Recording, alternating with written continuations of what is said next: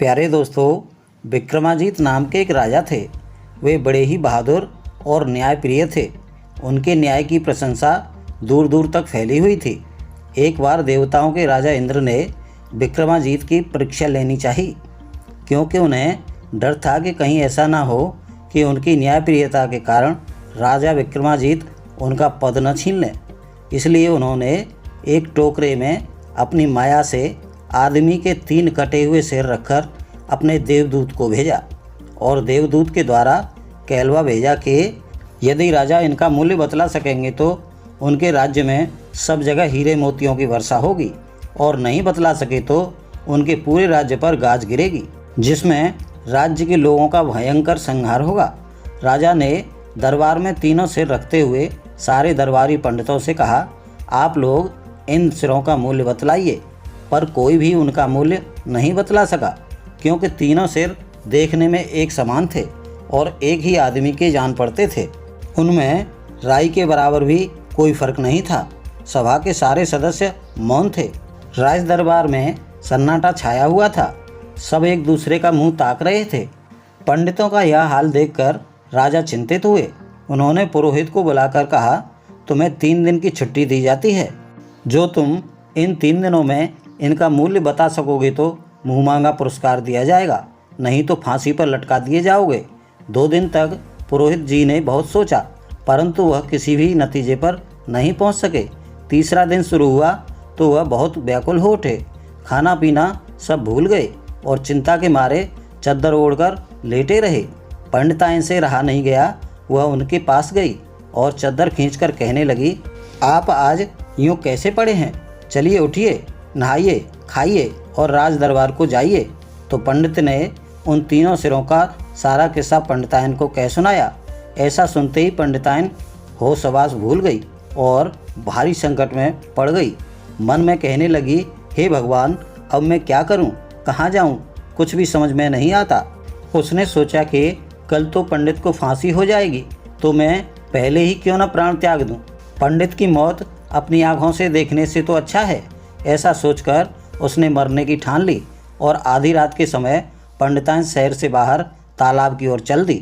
इधर पार्वती जी ने भगवान शंकर से कहा, हे प्रभु, एक सती के ऊपर संकट आ पड़ा है, कुछ करना चाहिए। शंकर भगवान ने कहा, हे देवी, यह संसार है और यहाँ पर यह सब होता ही रहता है। तुम किस किस की चिंता और दुख दूर करोगी? लेकिन पार्वती ने एक नहीं मानी और कहा, नहीं प्रभु, आपको कोई न कोई उपाय तो करना ही होगा। भगवान शंकर ने कहा, अगर तुम नहीं मानती तो चलो। दोनों श्यार और श्यारन का भेष बनाकर तालाब की मेड़ पर पहुँचे, जहाँ पंडिताइन तालाब में डूब मरने को आई थी। पंडिताइन जब तालाब की मेड़ के पास पहुँची तो उसने सुना कि एक श्यार पागल की तरह जोर जोर से हंस रहा है। कभी वह हंसता है और कभी वह हुके हुके हुआ हुआ करता है। श्यार की यह दशा देखकर श्यारन ने पूछा, आज तुम पागल हो गए हो क्या? क्यों बेमतलब इस तरह हंस रहे हो? श्यार बोला, अरे तू नहीं जानती, अब खूब खाने को मिलेगा, खूब खाएंगे और मोटे हो जाएंगे। श्यारन ने कहा, कैसी बातें करते हो? कुछ समझ में नहीं आती, कुछ समझूं तो विश्वास करूं। श्यार ने कहा, राजा इंद्र ने राजा विक्रमाजीत के यहाँ 3 सिर भेजे हैं और यह शर्त रखी है कि जो राजा उनका मोल बता सकेगा तो राज्य भर में हीरे मोती बरसेंगे, और न बता सका तो गाजें गिरेंगी। तो सुनो, सिरों का मूल्य तो कोई नहीं बता सकेगा कि हीरे मोती बरसें। अब तो राज्य में हर जगह गाज ही गिरेगी, खूब आदमी मरेंगे, हम खूब खाएंगे और मोटे हो जाएंगे। इतना कहकर श्यार फिर से हुके हुके हुआ हुआ कहकर हंसने लगा। श्यारन ने पूछा, क्या तुम इन सिरों का मूल्य जानते हो? श्यार बोला, जानता तो हूँ, किंतु बतलाऊंगा नहीं, क्योंकि यदि किसी ने सुन लिया तो सारा खेल ही बिगड़ जाएगा। श्यारन बोली, तब तो तुम कुछ भी नहीं जानते, व्यर्थ ही डींग मारते हो। यहाँ आधी रात को कौन बैठा है जो तुम्हारी बातें सुन लेगा और भेद खुल जाएगा? श्यार को ताव आ गया और बोला, तू तो मेरा विश्वास ही नहीं करती। अच्छा तो ध्यान से सुन, 3 सिरों का मूल्य मैं बतलाता हूँ। इन 3 सिरों में एक सिर ऐसा है कि यदि सोने की सलाई लेकर उसके कान में डाली जाए और चारों ओर हिलाने डुलाने से सलाई मुंह या अन्य भाग से नहीं निकले तो उसका मूल्य अमूल्य है। दूसरे सिर में सलाई डालकर चारों ओर हिलाने डुलाने से यदि मुंह से निकल जाए तो उसका मूल्य 10,000 रुपया है, और तीसरे सिर को लेकर उसके कान से सलाई डालने पर यदि वह मुंह, नाक, कान, आँख सब जगह से पार हो जाए तो उसका मूल्य है 2 कौड़ी। पंडितान यह सब सुन रही थी। चुपचाप दबे पांव घर की ओर चल पड़ी। पंडितान खुशी खुशी घर पहुंची। पंडित अब भी मुंह पर चादर डाले पहले के समान चिंता में डूबे पड़े थे।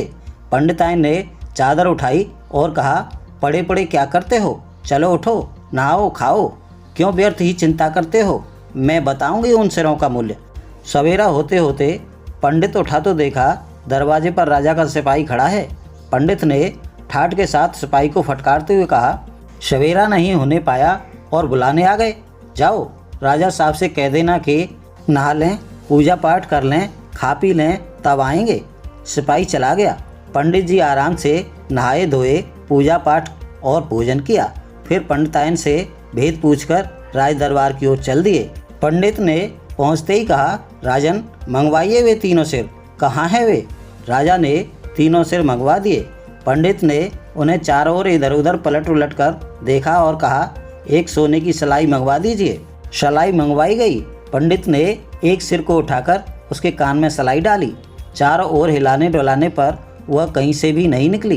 पंडित ने कहा, यह आदमी बड़ा गंभीर है, इसका भेद नहीं मिलता, देखिए महाराज, इसका मूल्य अमूल्य है।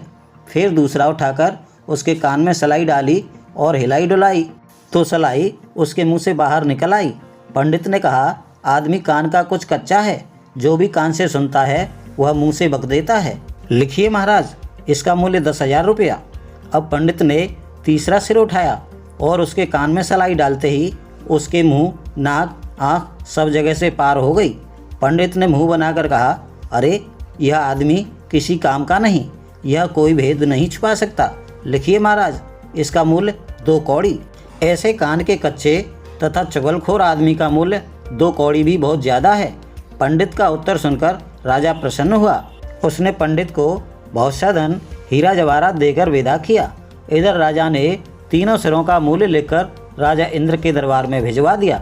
इंद्र प्रसन्न हुए और सारे राज्य में हीरे मोती सोने की बरसात हुई और प्रजा खुशहाल हो गई। दोस्तों, कहानी आपको पसंद आई और लाइक न किए तो लाइक कर दीजिए। मिलते हैं अगली कहानी के साथ, तब तक के लिए आप सभी को श्री राधे कृष्णा।